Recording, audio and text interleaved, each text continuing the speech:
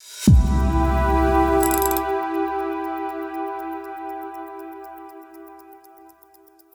everybody, welcome back to the channel, The Town Watch. My name is Josh Town. Thank you for stopping by today. In this video, we're doing an unboxing of a micro brand out of America called Detroit Mint. I've never had any of their watches on my channel, so I'm excited to at least do a quick overview video of this watch. I'm not calling it a full review, but Detroit Mint is the company. And this is on loan on a tour from Random Rob and his Discord group, so I appreciate that. Shout out to him. And let's take a peek at the watch itself. They're calling this one the Cobra, and it's a mechanical chronograph. As you can see, it's using that seagull movement, I believe, and not a bad movement to look at. I like it. I like it. It's decorated fairly nicely for what it is and for the price point of this watch. So Detroit Mint is out of Detroit, Michigan, and I don't know too much about the company except what I've read on their website. They're a company who assembles and ships their watches from Detroit. I don't believe these are American-made watches necessarily, but they do get assembled here at least and shipped from Detroit, Michigan. So overall, it's a good looking chronograph piece, a Panda dial, a nice white dial. I do like that Cobra logo that is painted on there on the bottom. Very crisp and clean. You know, it's a chronograph. It's a Panda chronograph. It's hard to really make a chronograph look unique from other ones, so this is a good looking rendition of a design that we're all familiar with. We'll get some measurements here in a moment in this overview video.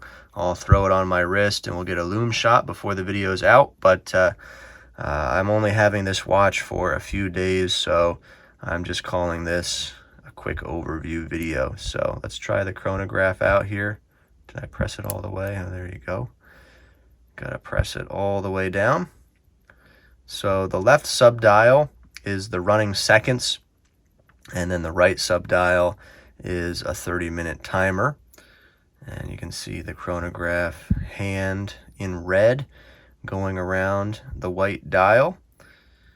And for what it is, this watch seems to be finished nicely. You do get a domed and boxed sapphire crystal here.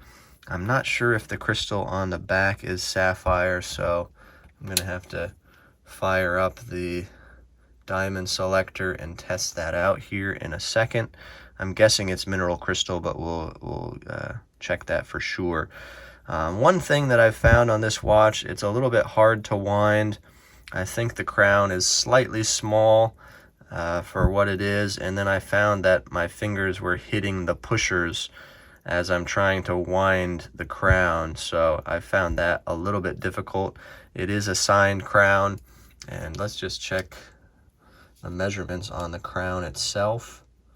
So under 6 millimeters, which is not bad normally, but I think that because it's so close to the pushers, I've found it hard to use. Let's check the diameter here, get some measurements on the watch itself. So it's about a 39.5 millimeter case as I'm measuring it right here, maybe 40 or so. The thickness is a little bit thick with the mechanical chronograph, coming in at 13.2, not too thick though. Then we get a lug to lug distance of, let's see if I can get that there, about 46 lug to lug, and then the lug opening, lug width 20 millimeters. Now there is this nice rally strap that it comes on. I like that. I think it's a faux leather. As far as I know, it might be genuine leather. I do not remember that. Comes also with another strap with a nice deployant buckle, and that is genuine leather. That's written there. And it comes with a tool, spring bar tool as well, in this nice canvas pouch that everything comes in. So Let's check that crystal on the back here now that this is warmed up. And it could be sapphire. Maybe somebody down in the comments can tell me for sure. I couldn't find that on the website. I know you can see that's going up quite a bit for that.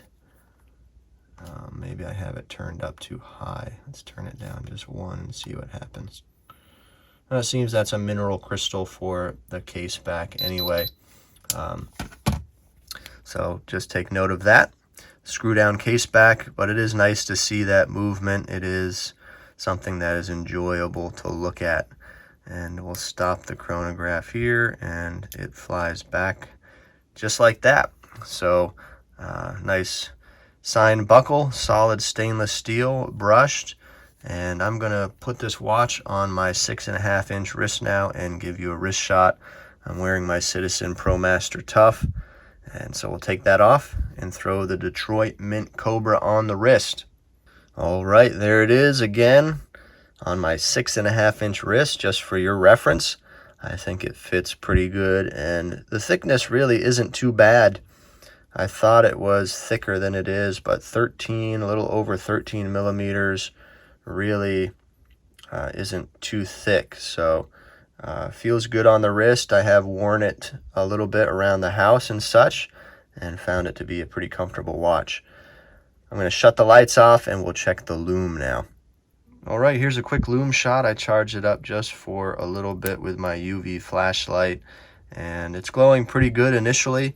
I have noticed in real life experience that these outer indices fade much quicker than the actual hands, but it seems like there's a good healthy application on the hands themselves.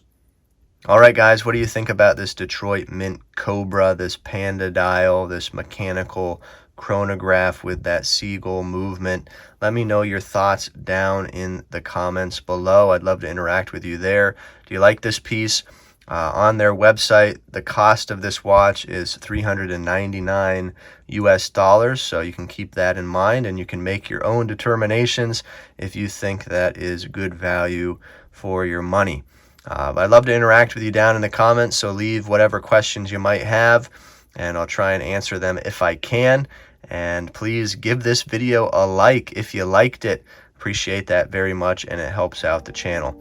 But that's it for today here on the Town Watch. We'll see you next time.